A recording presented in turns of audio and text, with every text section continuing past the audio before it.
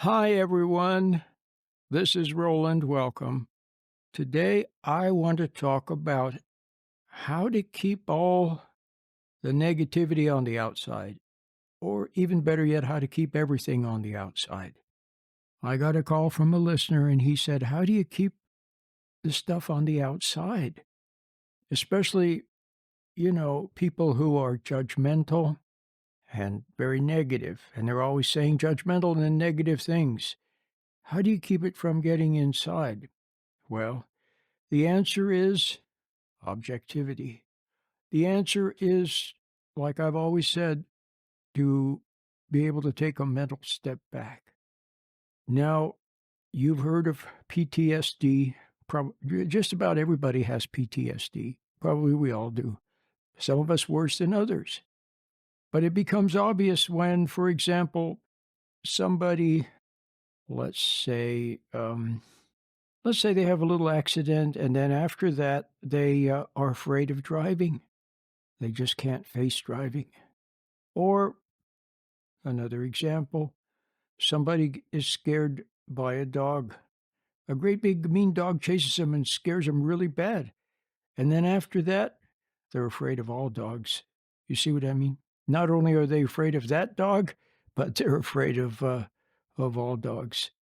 So those are just two examples, but they're extreme examples. But I want you to see that type of thing where something happens, we're shocked, we're traumatized, and then after that, we react to similar things as if it was the original one. And not only that, but we have a memory of it, that we even react to the memory. So first, you have to learn how to keep it on the outside so it doesn't get inside, so it doesn't cause a shock, so it doesn't cause a trauma. It stays on the outside.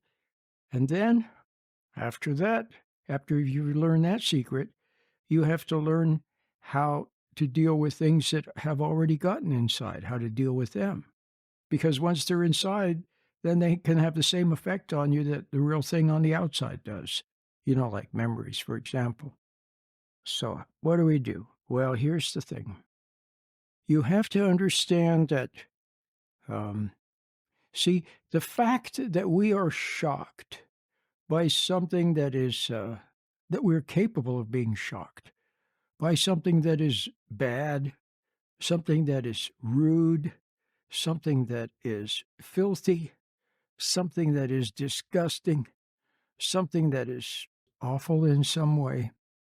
The fact that we're shocked by it is proof positive that, see, the fact that we are shocked by things that are naughty, things that are degrading, things that are wrong. I don't know if you can remember, but when you were a little child, you were actually shocked when you saw people do wrong things. Now, why is that? Well, you know what? It is proof positive, and also the fact that we are embarrassed by wrong things. We're ashamed when we do something wrong, or when we become aware of our fallen self, our fallen existence, of the way we are now constituted, part heaven and part earth. But the earthy part of us predominates. That's all we're born with. We have a latent connection to heaven. And it's a bit embarrassing, isn't it? The bathroom functions and having to blow our nose and all these things are a little bit embarrassing. We have a sense of modesty about them. All of what I have just said is proof positive that the Garden of Eden story is true and that we are a fallen race and we have a kind of a genetic memory of the fall, and it embarrasses us. We're embarrassed by this legacy that we have as humans. We all have it because we're all part of the human race, a fallen race. There was an interesting experiment that was done. It was done by several different experimenters, but the most famous one is Conrad Lawrence, the famous zoologist and ethologist. an ornithologist. He and his colleague won a Nobel Prize for his research into animal behavior. And one of the things that he just found is that when little birds, for example, chickens, when these little birds have a shadow, a silhouette pass in front of them that has the shape of a hawk, they are agitated and they cower. And this is when they're little, before they've had a chance to learn anything, sometimes before they even met their mother. These little chicks, when that shadow silhouette of a hawk passes over, they cower or are agitated. Their heart beats faster. They have a genetic memory, an ancestral memory of that. It's built in, it's instinctual. And we humans seem to have some kind of a memory, a genetic memory of a fall, of eating for food at the hands of a woman, of a failing man, of the shame of being cast out of the garden, and awakening. See, when Adam was in the garden before the fall, he was innocent, but afterwards he became aware of himself as an animal, as a procreating animal. He became aware of that, and it was embarrassing to him. So we have this genetic, if you want to call it, sense of our fallen self, and we're shocked. We have a memory just like that hawk shadow going over the little chicks. When we see people fail, when we see things that are degrading, look, anything that's degrading to you, see, or anything that is, degrading, it is shocking, isn't it? Well, that's what happened in the garden. Adam was degraded. Eve was degraded. And we have a memory of that. So I think you got the idea. So now you see that that is our legacy. And so here's the thing. See the truth. Eventually you have to come to where you can see the truth about our fallen self, about our fallen existence. And see it. It's a bit embarrassing. Yes. But just see it. All right. And don't resent it. That's the thing. Don't resent it. Let's say you fail somehow or other. You get something wrong, you make a mistake. Okay, it's a bit embarrassing. Somebody says, "Hey, you got a piece of spinach on your tooth."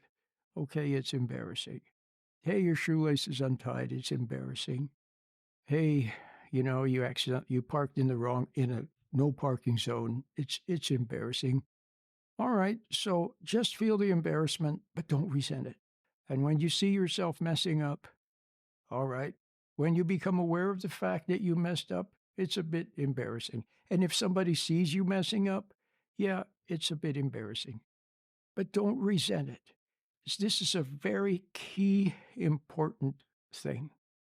The resentment, look, when we awaken, when we've made a mistake and then we see it, we become more aware. Usually we're unaware when we make mistakes, aren't we? Partially unaware. We're caught up with something, we're emotional about something, we're excited about something, and we make a mistake. But then when the emotions subside, then we see our mistake. And it's a bit embarrassing, or we groan, or we say, "Oh my God, what did I do that for?" All right, just see it, but don't resent seeing it. Because, see, if you handle it right, then afterwards, you're a better person. You saw your mistake, you took your licks, all right, and then the next time, you won't make the same mistake again. But if you resent it, it becomes hypnotic. See, by resenting it, you fall from awareness, you fall into the state, the vulnerable state, the hypnotic state, where you are apart from truth. See, and the embarrassment goes away, but now you remain subject to that and subject to everything else. So the problem that in our life that we do is we don't want to see our fallen self, so we push it under the carpet. See, any of these things, even death. When you were a little kid and somebody died, something was wrong with it. You could sense something wrong about people dying. We were supposed to originally live forever, but the human race fell, and so now death is a reminder of our legacy. So what do we do as humans? Well, first thing, we push it under the carpet. We push it out of our mind, and we don't think about it. And we manage to get away with that for many years usually, but then eventually it rears its head. We don't want to face it.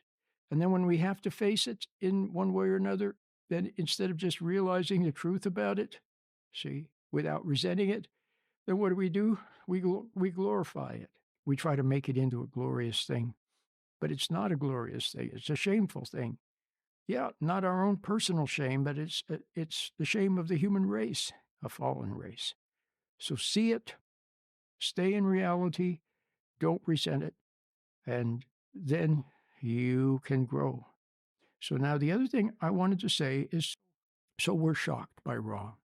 Okay, but that's what people want to do. Maybe they don't even realize what they're doing, but they shock us, and then they get a little bit of a rise out of that when we're shocked.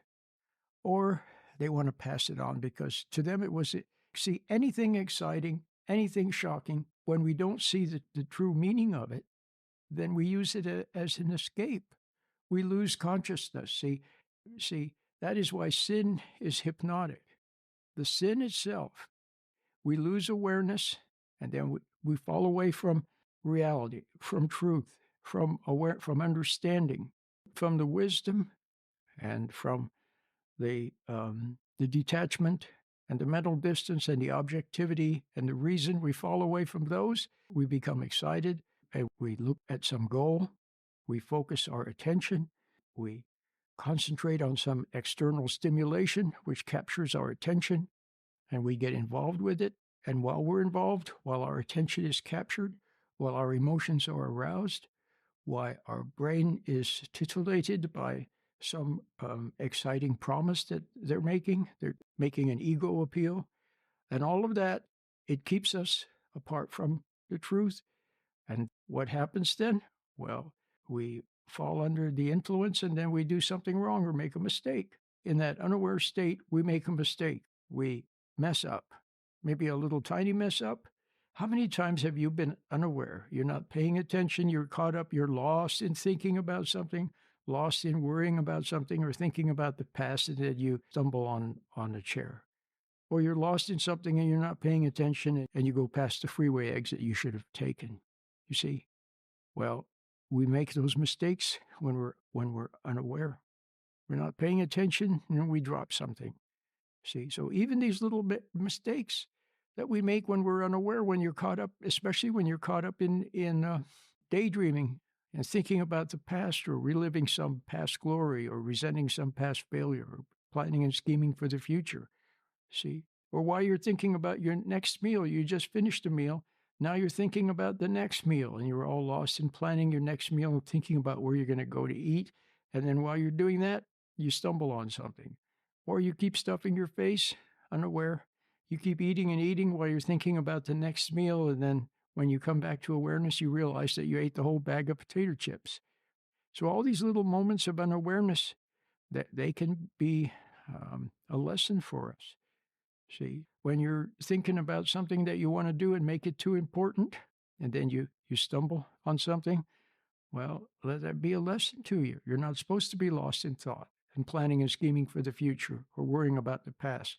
See, you're not supposed to make something too important. You make something too important and you rush after it, and then you end up spending too much money, don't you? And then you think, well, what'd I do that for? Well, you were caught up in it. So, do you understand? So the very thing that when you see your fall, you see your failing, whether it's inherited with the human race, or whether it's, and that's a bit embarrassing, or whether you see a new mistake that you just made in your unaware state, whatever it is, just see it. Because when you see it and you have a little embarrassment about it, or you have a little laugh, you say, look at me, I'm stumbling around, I'm not paying attention. See, all right, you have a little laugh, you laugh at yourself for having done something dumb. But use that moment to learn a lesson. about what unawareness means, what making things too important means. It's the legacy of it's all about sin. That's what it is, sin. But the very thing that if you resent it, or you push it under the carpet, or you don't want to see it, then you will use that same thing again to escape again and again and again. See, it's a handy escape. See, even so, I was going to go down a different track, but I want to stay with this right now. But if you use it to allow you to wake up, see your mistake, have a laugh over it, or feel a little embarrassment over it, okay, then you pick yourself up, you dust yourself off, and you move on with resolve. Now you see the importance of being aware and not being lost in things. You see what I mean? So here comes somebody and they say something mean or rude. Okay, just see, the first thing is in the past, you've always reacted to it. It was a little bit, maybe it was a little shocking. All right. But you resented it. You resented it because they shocked you or they snuck up on you, or you resented it because you saw that you kind of liked it, or they degraded you. How many times have you had somebody start to tell you a story and you get all interested in it, and then at the end they go, ha ha ha, it's just a joke, and you're embarrassed by it because you fell for it. You see what I mean? Or they play a magic trick on you and you fall for it. All right, so you fell for it, but don't resent it. See? Then the other thing is, what was I going to say? So just see it. But then the other thing that makes it hypnotic, see, if it's okay, maybe it's a little bit shocking, but it's shocking because you haven't developed the maturity, the spirit, and the spiritual maturity to deal with it properly. So a little child is shocked. That's why little children need to be protected. That's why they need good parents, so that the little children are not shocked by things. They're going to be shocked anyway when they go to school and there's a bully or a mean teacher or an unfair teacher. They're going to be shocked by it. They're going to go to the store and see something there, see a magazine and see something or hear something.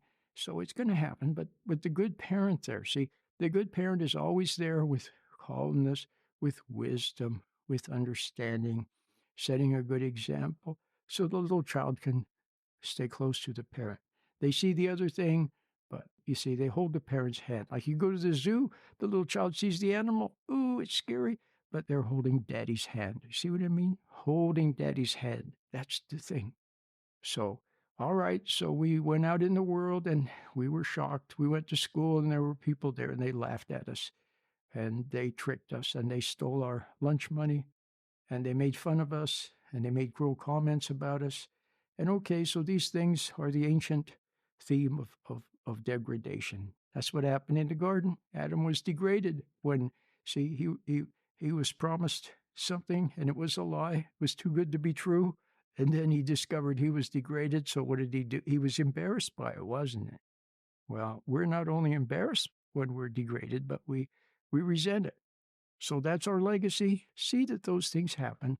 And now don't resent the people that did it to you. Someone did it to them. They had been degraded. So the first secret is to let go of the resentment. See what's to be seen. Don't resent it. You make a mistake, just see it. Don't resent yourself. Don't resent the other person. Don't resent the circumstance. Okay? And then all right, so there they are. They snuck up on you and they said something that was a little bit shocking or degrading or something that was, like let's say some gossip. They're gossiping about somebody. All right. So your first level of defense, don't resent it. And then go about your life. And when these things happen, see that you had resented it, that you have a tendency to resent those things like that. Just see it and let it go. Don't resent it and don't resent yourself either. So that's number one. Then number two, use the meditation so you can have a little bit of mental distance. See? And then eventually people will come with something like that and it doesn't shock you anymore because you're no longer identifying with that or with your fallen self or that legacy. Now you stand back and you just look at it from a neutral zone, and it's nothing. You see what I mean? For example, I mean, here's an example. It's a different topic, but let's suppose that somebody came up to me and said, "Hey, I got these drugs. I can sell them to you cheap." Well, I wouldn't be a bit interested. I would just say, "No, I don't think so." And then I would just go about my business. It wouldn't be of interest to me.